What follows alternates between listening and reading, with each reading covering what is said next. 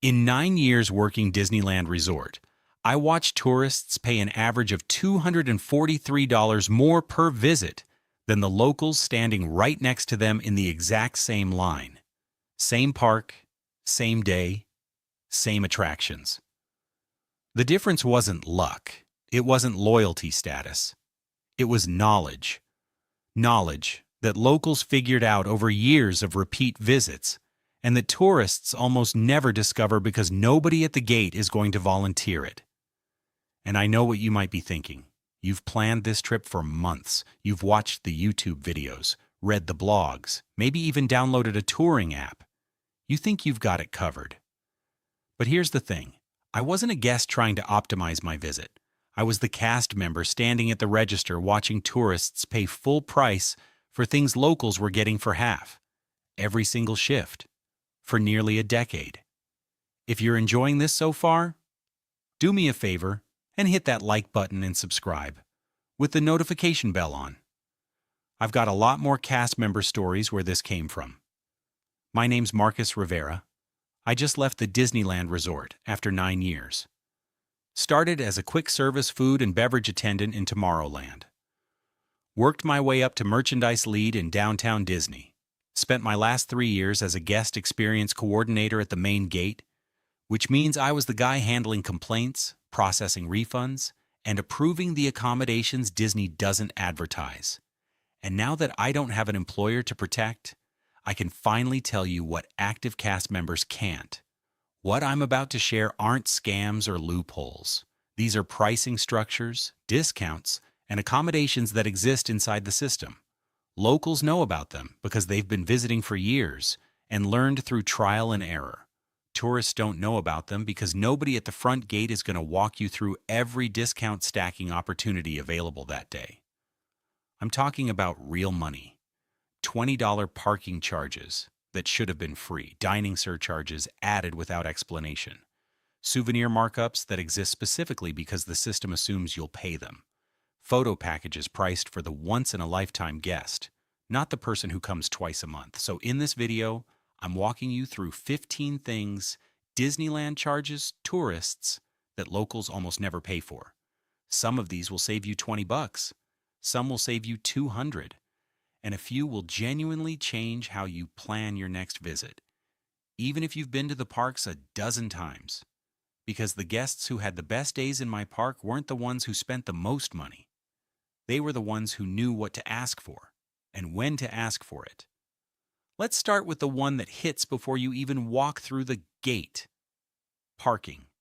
The standard rate at the main structure is $35 per vehicle per day. Tourists pull right in, hand over the cash, and never think twice. Locals know there's a free parking option at downtown Disney that gives you 2 hours free and another 3 hours free with validation from a table service restaurant or theater. That's 5 hours of free parking right next to the park entrance. If you're doing a half-day visit or arriving for dinner and an evening at the park, locals are walking past that $35 booth and parking for free. The trick is, you have to get a validation stamp before you exit. Nobody at the gate will tell you this. You have to ask at the restaurant or buy a small purchase at the theater. Next one. Single rider lines. Tourists wait 60, 80, sometimes 90 minutes for attractions like Radiator Springs Racers, Matterhorn, or Indiana Jones. Locals walk up to the single rider line and ride in 15 minutes. You don't have to be alone. You just have to be willing to be split up from your party. I watched families of 5 wait 2 full hours for a ride they could have experienced in 15 minutes by splitting up and meeting at the exit. The cast members at the entrance won't suggest it unless you ask. Just walk up and say, "Is the single rider line open today?" If it is, you've just saved yourself an hour. Here's one that quietly costs tourists hundreds of dollars over a trip. Bottled water. A bottle of water at any quick service location runs around $5.29. Times that by 4 people 3 times a day for a 3-day trip. That's almost $200 on water alone. Locals know that every quick service counter in both parks is required to give you a complimentary cup of ice water if you ask. Free. As many as you want. All day. Just walk up and say, "Can I get a cup of ice water, please?" That's it.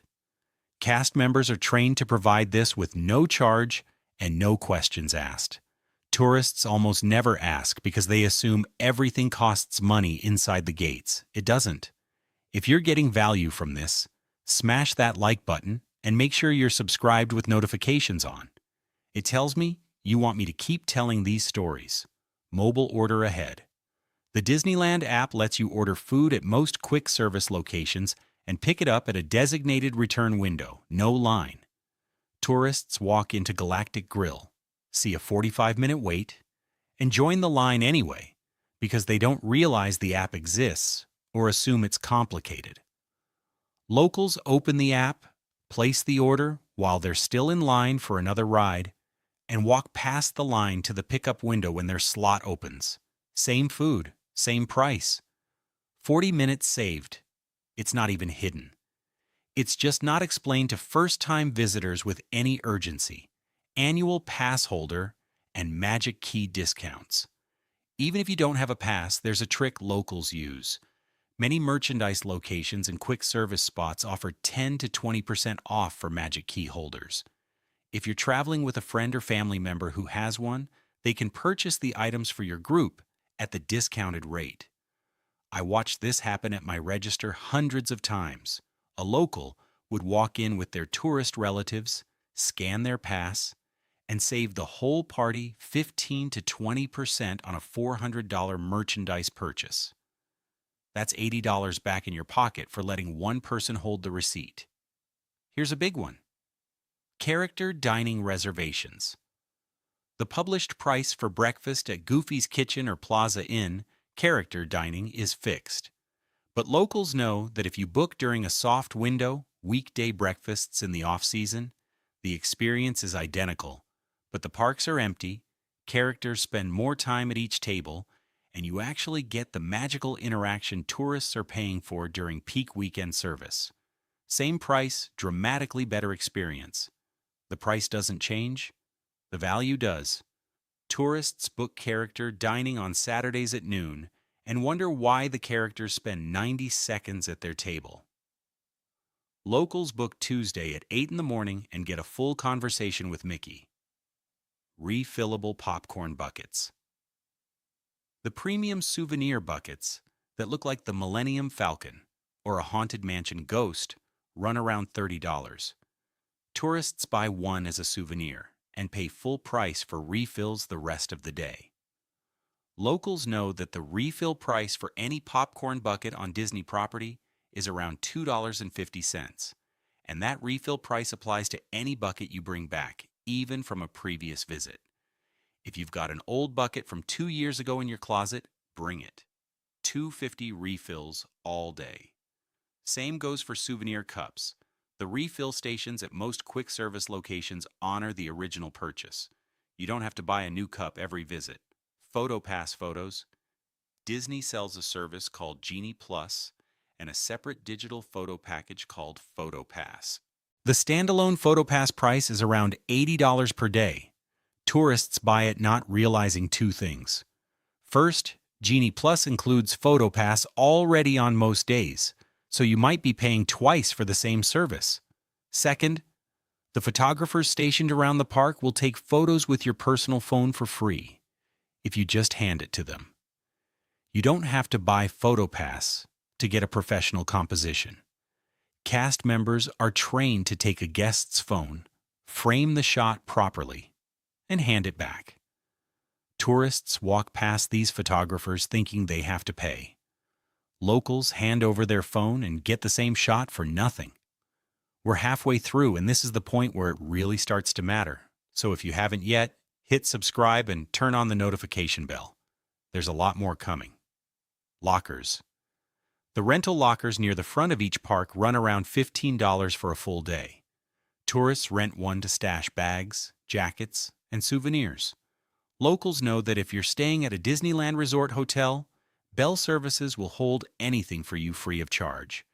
And if you make a purchase anywhere inside the park, merchandise will ship it to the front of the park, to your hotel room, or to your home for shipping cost only. No $15 locker fee. Just say at the register, "Can you ship this to the front of the park for me?" They'll bag it, tag it, and it'll be waiting at package pickup when you leave. Sit-down restaurants and the lounge trick. The wait for a table at Carthay Circle or Blue Bayou can stretch past 2 hours during peak times. Locals know that most table service restaurants have an attached lounge or bar that serves the full menu with little to no wait. Same kitchen, same food. No reservation required. You can sit at the bar, order the famous Monte Cristo sandwich, and be eating in 15 minutes while tourists across the way wait 90 minutes for the same dish in the main dining room. The cast member at the host stand won't suggest the lounge unless you specifically ask, "Is your lounge open and serving the full menu?" Disney gift cards purchased at a discount. This one isn't even hidden, but tourists almost never use it. Warehouse stores, certain grocery chains, and select retailers regularly sell Disney gift cards at 5 to 10% off face value. Locals stack these all year before a visit. $1,000 in gift cards cost $950. Apply them to your hotel stay, tickets, food, merchandise, everything. That's a guaranteed 5% off your entire trip just for buying gift cards instead of swiping a credit card at the register. Tourists pay full retail with cash or credit. Locals preload discounted gift cards, strollers, and wheelchairs. The in-park rental fee for a single stroller is around $18 per day. For a multi-day trip with 2 kids, that's over $200 in stroller fees alone. Locals use third-party rental companies in Anaheim that drop the stroller off at your hotel for around $15 for the entire trip. Same kind of stroller. Better quality, actually. Drops off and picks up at your hotel. Tourists rent at the gate because it's convenient. Locals book a week ahead and save almost $200. Birthday and celebration buttons. Tourists assume the buttons are a paid perk. They're not. Walk up to City Hall in Disneyland or Chamber of Commerce in California. Adventure on the day you're celebrating anything. Birthday, anniversary, first visit, engagement, family reunion. Ask for a celebration button. It's free. And here's what tourists don't realize. Wearing that button often results in cast members offering small magical moments throughout the day. A free dessert at dinner, a spot at the front of a parade viewing area, an extra ride-through on an attraction. None of it is guaranteed, but cast members have the discretion to make magic, and that button is the signal that you're worth making magic for. Tourists walk through the gate without one. Locals never visit without one. Hotel room requests that cost nothing. If you're staying at a Disneyland Resort hotel, there are requests you can make at booking or check-in that cost nothing but dramatically improve your stay. Higher floor, theme park view, connecting rooms, specific tower. None of it adds to your bill, but the requests are honored on a best available basis. Tourists check in and accept whatever room they're assigned. Locals call ahead 3 days before arrival and say, "I'd like to add some requests to my reservation. Can you note that we'd prefer a higher floor with a park view if available?" Front desk has the discretion to honor those requests, and they almost always do if the inventory is there. If you're still with me, you already know what to do. Like subscribe, hit the bell. These videos take time to put together, and the engagement is what keeps me telling these stories. The dining plan myth. Disney offers prepaid dining plans that sound like a great deal on the surface. Tourists buy them assuming they'll save money. Locals have done the math. For most parties, especially those with kids who eat off adult plates or adults who don't drink alcohol or specialty beverages, the dining plan costs more than paying a la carte. The break-even point requires you to order the most expensive entree and dessert at every single meal, every single day. Most people don't eat that way on vacation. They graze. They share. They skip meals. The dining plan punishes that behavior. Locals pay as they go. Tourists prepay and overpay. The last one is the one I really want you to understand. When you walk up to a cast member, especially at guest relations or City Hall, That cast member can see your entire profile. If you're on a Magic Key or have linked tickets, they can see your purchase history, dining reservations, how many days you've visited, and any past complaints or compliments. If you've been polite, if you've been a return guest, if you're patient and specific about what you're asking for, that cast member has the discretion to offer accommodations that aren't published anywhere. A re-ride pass for an attraction that broke down, a complimentary fast pass return time, a meet and greet with a character not on the schedule, a small magical moment that turns a regular day into the trip your family talks about for years. But that discretion vanishes if you're rude, if you've complained about everything, or if your account shows a pattern of demanding things you didn't pay for. I had a mom come up to my counter once. Her daughter had been waiting 2 hours for a character meet and greet, and the character had to leave for a scheduled break right before they got to the front. She didn't yell. She didn't demand. She just said, "Is there anything you can do?" She's been so patient. I walked them to a different character location, made a phone call, and got her daughter a private meet and greet 10 minutes later, because she asked the right way. I also had a guy demand a refund on his entire ticket because the line for Indiana Jones was too long. I helped him within policy, which meant nothing extra. Cast members want to make magic. You just have to give them a reason to make it for you. Here's the thread running through all of this. Disney built the system with flexibility. They just don't advertise it. Cast members have discretion. Pricing structures have alternatives.